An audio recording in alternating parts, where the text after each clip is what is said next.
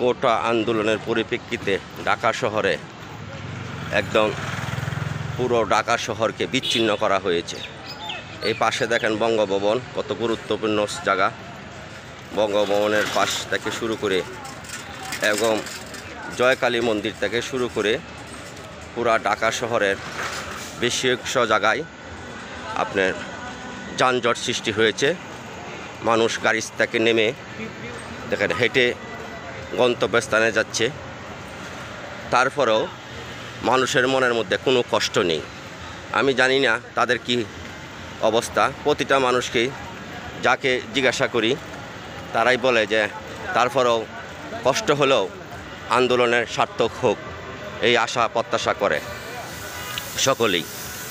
এই দেখেন বঙ্গভবনের পাশে এবং মতিঝিল থেকে শুরু করে ঢাকার আশপাশ সমস্ত কিছুই একদম যানজট সৃষ্টি। প্রতিটা মানুষই আপনার রাস্তা দিয়ে হেঁটে যাচ্ছে, গাড়ি কোনো রাস্তাতে নেই। এটা 3 রাস্তার মোড়, এখানেও কোনো রকমও নেই। একদম কোটা আন্দোলনের দায়ে পুরা ঢাকা শহরে যানজটের সৃষ্টি হয়েছে। এই হলো বঙ্গভবনের মেন গেট। বঙ্গভবন আপনারা জানেন, বঙ্গভবনের মেন গেট। দেখেন মানুষ রাস্তা দিয়ে হেঁটে যাচ্ছে, তারপরেও কি অদৃশ্য শক্তি মানুষের মধ্যে।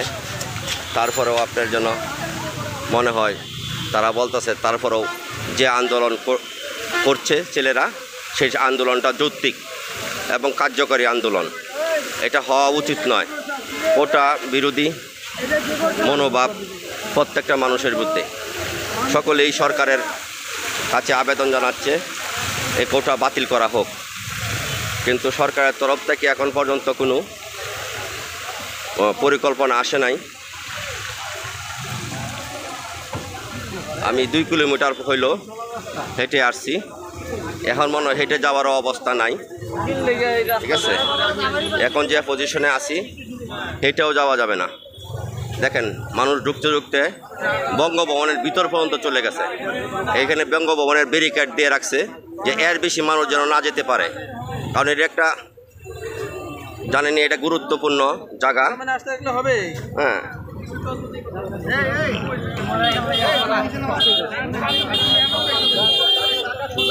দেখেন এই যে বঙ্গভবনের মেন গেট, পুলিশ পাহারা একদম ভিতরে চলে আসছে এবং ব্যারিকেড দিয়ে রাখছে এর বেশি দূরে যেন মানুষ না যেতে পারে।